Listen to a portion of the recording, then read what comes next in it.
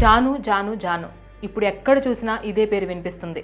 2.5 ఏళ్ల పసిపాప, ముక్కు పచ్చలారని పసిపాప అటవీ ప్రాంతంలో తప్పిపోవడం, అసలు ఇది ఎలా జరిగింది అనేది ఇప్పుడు అందరికీ కూడా ఒక క్వశ్చన్ మార్క్గా మిగిలిందని చెప్పుకోవాలి. అంత చిన్న పాప అన్ని కిలోమీటర్లు నడవగలదా? అన్ని ఎకరాల భూమిలో ఆ పాప ఎటుపోయింది? అటవీ ప్రాంతంలోకి వెళ్ళగలిగిన పరిస్థితి ఉందా? అలాగే పాపతో పాటు కుక్క కూడా వెళ్ళినట్లుగా తెలుస్తుంది. మరి ఆ కుక్క పరిస్థితి ఏంటి? ఇవన్నీ కూడా ప్రతి ఒక్కరిని కలిచివేస్తున్న విషయాలు. ప్రత్యేకించి ఆ తల్లిదండ్రుల రోదన వింటే కడుపు తరుక్కుపోతుంది.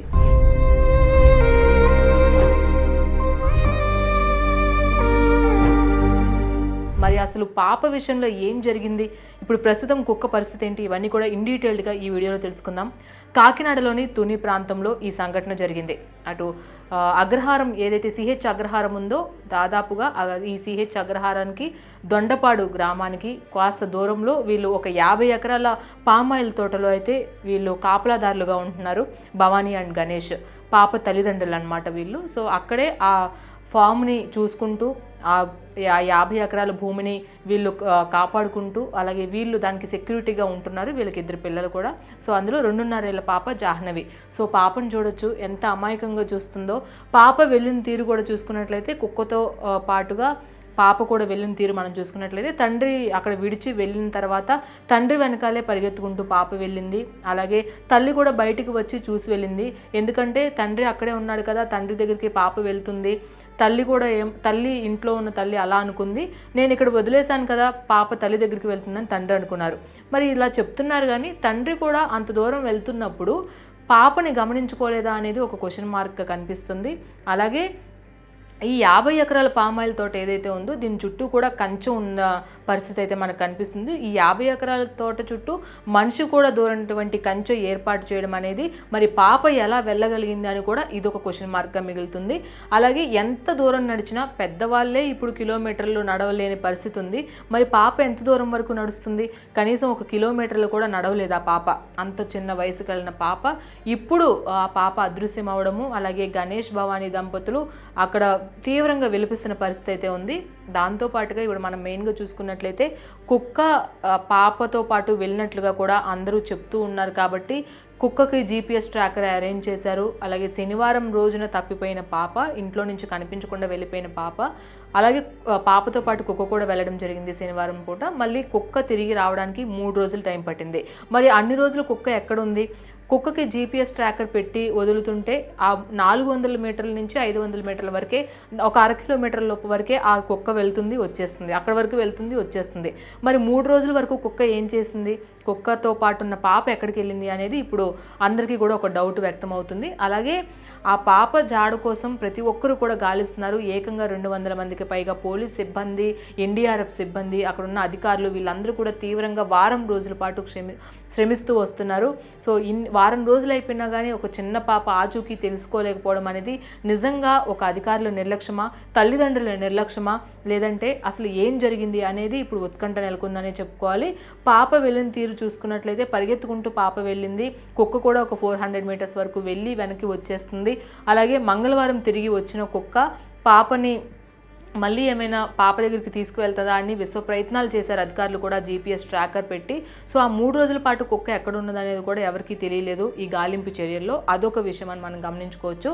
అలాగే ఒకవేళ పాప కనుక ఎక్కువ దూరం వెళ్తే సో ఆ కంచె దాటుకుని వెళ్ళే అవకాశం కూడా ఉంది. దాదాపుగా 50 ఎకరాల తోటలో ఆ పాప ఎంత దూరం వెళ్ళగలుగుతుంది? అలాగే కాళ్ళకి చెప్పులు కూడా లేని పరిస్థితి ఉంది. మరి ఏదైనా గుచ్చుకునైనా ఆ పక్కన కూర్చుని పోతుంది. కొన్ని ఆకలేసైనా, కొన్ని ఏడుపు వచ్చినా, అమ్మా నాన్న గుర్తొచ్చినా, ఎవరు కనిపించకపోయినా, కాస్త భయము భీతితో అయినా ఆ పాప ఆగిపోయే పరిస్థితి అక్కడ కనిపిస్తుంది. మరి పాపని ఆగి ఉండడం చూసి, ఏడవడం చూసి ఎవరైనా ఈ పిల్లల్ని ఎత్తుకు వెళ్ళిపోయే ముఠా ఎవరైనా పాపని అపహరించారా, కిడ్నాప్ చేశారా అనే కోణంలో కూడా ప్రతి ఒక్కరు ఆలోచిస్తున్నారు.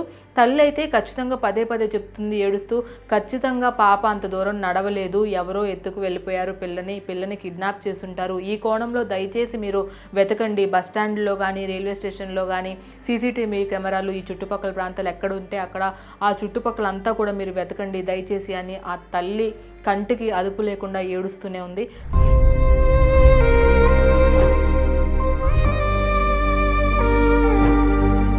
తండ్రి మాటలు చూసుకున్నట్లయితే ఖచ్చితంగా అంటే తండ్రికి కొంతమందితో ఈ విభేదాలు కూడా ఉన్నట్లుగా తెలుస్తుంది. మరి ఈ గొడవలు ఉన్న వాళ్ళు ఏమైనా పాపని అపహరించి ఏమైనా చేశారా అనేది కూడా ఇప్పుడు ఒక డౌట్ వినిపిస్తుంది. మనకి ఇక్కడ చాలా పాయింట్స్ అయితే మన మైండ్లోకి వస్తున్నాయి. పాప ఎంత దూరం వెళ్ళగలదు, 2.5 సంవత్సరాలు లేని పాప అసలు అంత దూరం వెళ్ళగలదా అనేది ఒక డౌట్. అయితే చుట్టూ కంచెను దాటుకొని పెద్దవాళ్ళే దాటలేని పరిస్థితి పిల్ల ఎలా దాటి వెళ్తుంది అనేది ఒక పాయింట్. అండ్ ఇంకొకటి మనం చూసుకున్నట్లయితే ఆ 50 ఎకరాలు దాటిన తర్వాత దాదాపుగా ఒక 500 కిలోమీటర్ల మేర వరకు కూడా అడవి ప్రాంతం ఉంది. మరి ఈ అటవీ ప్రాంతంలో 500 ఎకరాల ప్రాంతంలో పాప వెళ్ళగలదా? కొండ ప్రాంతం అది కూడా. ఆ కొండ ప్రాంతంలో పాప ఎక్కగలదా? ఎందుకంటే పెద్దవాళ్ళే కొండల్లో నడవలేని పరిస్థితి, ముళ్ళు ఉంటాయి, పెద్ద పెద్ద చెట్లు ఉంటాయి, తీవ్రమైన పొదలు ఉంటాయి. మరి అందులో పాప నడవగలదా అంటే అది కూడా ఒక ప్రశ్నగా మిగిలిపోయింది. అండ్ అలాగే తండ్రికి ఎవరితో అయినా గొడవలు ఉన్నాయా? ఒకవేళ తల్లి తండ్రి ఏమైనా ఆర్థిక లావాదేవీ వల్ల ఎవరితోనైనా గొడవ పడ్డారా, వాళ్ళు ఏమన్నా పాపను ఏమన్నా చేశారా అనే కోణం అనేది ఒకటే ఆలోచింపజేస్తుంది. అలాగే కుక్కతో పాటు వెళ్ళిన పాప కుక్క వెనక్కి వచ్చేసింది, పాప ఎందుకు రాలేదు అనేది ఒక డౌట్ వస్తుంది. అలాగే తిరిగి వచ్చిన కుక్క కూడా వచ్చిన దగ్గర నుంచి మంగళవారం నుంచి ఇప్పటి వరకు కూడా చాలా వింతగా ప్రవర్తిస్తూ ఉంది. అంటే క్షుద్ర పూజలు ఏమన్నా చేస్తున్నారా ఎవరైనా? ఆ చుట్టూ కూడా చాలా ప్రశాంతంగా నిర్మానుషంగా ఉండడము, సో ఈ ప్రాంతం అంతా కూడా ఒక్కసారిగా ఉలిక్కిపడేలా చేస్తుంది. ఈ భయంతో ఆ చుట్టుపక్కల ఉన్న వాళ్ళు కూడా రాత్రి 6 దాటితే పిల్లల్ని కానీ ఎవరు కూడా బయటికి రాకుండా ఉంటున్నారు. అంత నిర్మానుషంగా మారిపోయింది ఒక చిన్న పాప కనిపించకపోవడంతో. ఎందుకంటే కుక్క ప్రవర్తించిన తీరు చూసుకున్నట్లయితే చాలా వింతగా ప్రవర్తించడము, చాలా డల్గా ఉండడము. ఆ కుక్క దగ్గర తల్లి కూడా కూర్చొని తల్లి జానుని చూస్తావా, జాను దగ్గరికి తీసుకెళ్తావా, వదిలేనా అని ఆ తల్లి అమాయకంగా అడుగుతుంటే ఆ కుక్క రెస్పాండ్ అయిన తీరు, ఇవన్నీ కూడా ప్రతి ఒక్కరిని కలిసివేస్తుంది అని చెప్పుకోవాలి. ఇంత ముక్కు పచ్చలారని చిన్న పాప తప్పిపోతే ఇన్ని రోజులైనా కానీ ఎవరూ కూడా ఆచూకీ కనిపెట్టలేకపోయారు. అది అధికారుల నిర్లక్ష్యమా లేదంటే ఎవరి నిర్లక్ష్యం అనేది తెలియట్లేదు. ఖచ్చితంగా ఇది ప్లాన్ చేసి పకడ్బందీగా చేశారా అనేది కూడా ఒక డౌట్ వినిపిస్తుంది. ఒకవేళ ఆ చుట్టుపక్కల అంటే పాప కనిపించకపోయింది, శనివారం కనిపించకుండా పోయింది, ఆదివారం పెద్ద వర్షం వచ్చింది. మరి ఆ వర్షానికి మట్టి పిల్లలు ఏమైనా విరిగి పడిపోతే వాటి కింద ఏమైనా ఉందా అని కూడా ఈ డ్రోన్ల సహాయంతో ప్రతి ఒక్కరూ అధికారులు కూడా దాదాపుగా 500 ఎకరాల వరకు కూడా క్షుణ్ణంగా డీటెయిల్డ్గా పరిశీలించడం జరిగింది. కానీ ఎక్కడా కూడా ఆనవాళ్ళు దొరకలేదు. కనీసం పాప డ్రెస్ కానీ లేదంటే ఏమైనా పడిపోయి ఉంటే పాప కనీసం బ్లడ్ మార్క్స్ కానీ కొన్ని ఏమైనా చేసుంటే పాపని ఆ స్మెల్ కానీ దరిదాపులు కూడా ఎక్కడ రాలేదు. ఇదొకటి. అలాగే ఇప్పుడు ఇంకొక విషయం ఏంటంటే కుక్క చనిపోవడం అనేది ఇప్పుడు అందరినీ కూడా ఇప్పుడు ఉత్కంఠ రేపుతుందనే చెప్పుకోవాలి. ఒక డైలమాలో పడేసింది. కుక్క వింతగా మంగళవారం నుంచి ఇప్పటి వరకు దాదాపు ఒక 4 రోజుల పాటు వింతగా ప్రవర్తించిన కుక్క ఎవరైనా బయట వాళ్ళని చూస్తుంటే వాళ్ళ మీదకి ఎగబడుతూ ఉంది. అలాగే 400 మీటర్లు ఒక 1/2 కిలోమీటర్ లోపే ఆ కుక్క సంచరిస్తూ ఉంది పాప కోసం.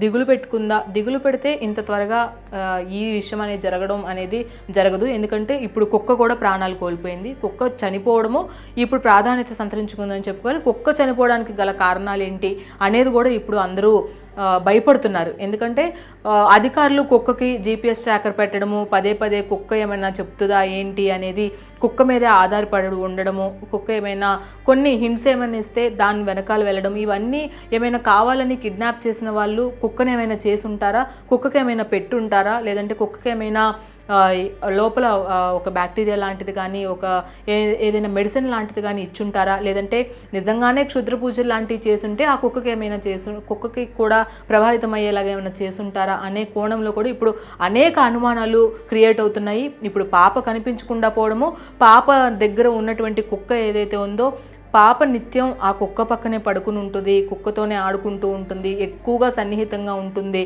అని తండ్రి కూడా చెప్పారు.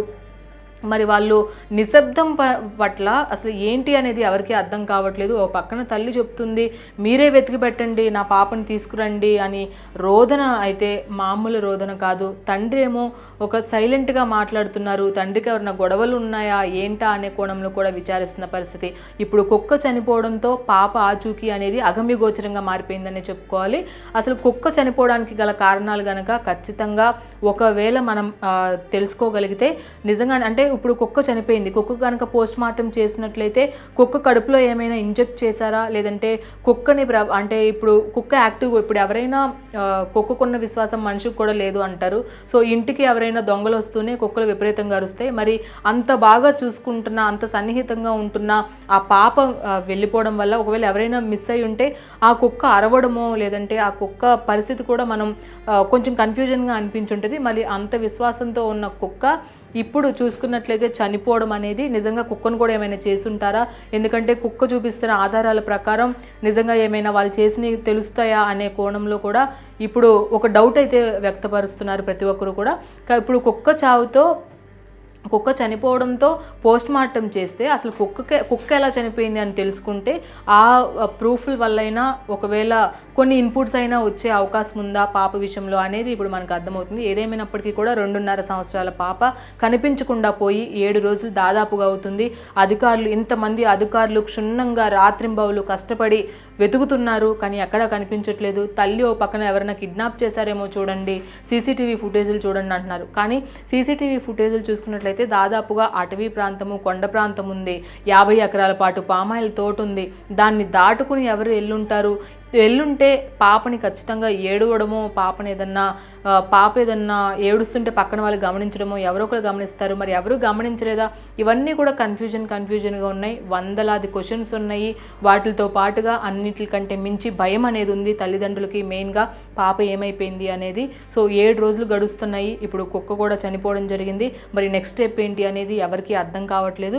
సో ఏదేమైనప్పటికీ కూడా జాను తిరిగి రావాలని ప్రతి ఒక్కరు కోరుకుంటున్నారు. నిజంగా ఎవరైనా కిడ్నాప్ చేసుంటే వాళ్ళని పట్టుకొని పోలీసులు అప్పగిస్తారు అనే హోప్తో ఇంకా తల్లిదండ్రులు ఉంటున్నారు.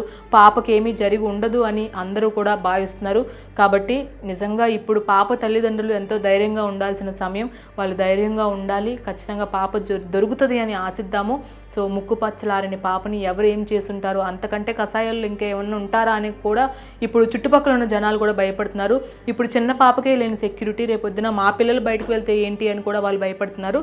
సో ఇవన్నీ చూసుకున్నట్లయితే కాకినాడ ప్రాంతంలో ఉన్నటువంటి ఈ తుని దగ్గర ఈ దొండపాడు గ్రామం అంతా కూడా విషాద ఛాయలు అలుముకున్నాయని చెప్పుకోవాలి. ప్రత్యేకించి ఈరోజు ఇది అప్డేట్ అనమాట. మరి ఇప్పటికైనా ఈ దర్యాప్తు ముమ్మరం చేస్తారు. ఈ కిడ్నాప్ కోణంలో కానీ, లేదంటే ఎవరైనా ఈ క్షుద్ర పూజలు లాంటివి చేసుంటారా, లేదంటే పాపని అక్కడే ఏమైనా చేసుంటారా, ఇవన్నీ కూడా ఎవరికి ఊహాగానాలకు అందడం లేదు. ఏదైనప్పటికీ జాను క్షేమంగా తిరిగి రావాలని కోరుకుందాం. సో ఇది ఇవాల్టి అప్డేట్. ఇలాంటి మరిన్ని వీడియోస్తో మళ్ళీ కలుద్దాం. అంతవరకు చూస్తూనే ఉండండి మెగా 9 టీవీ.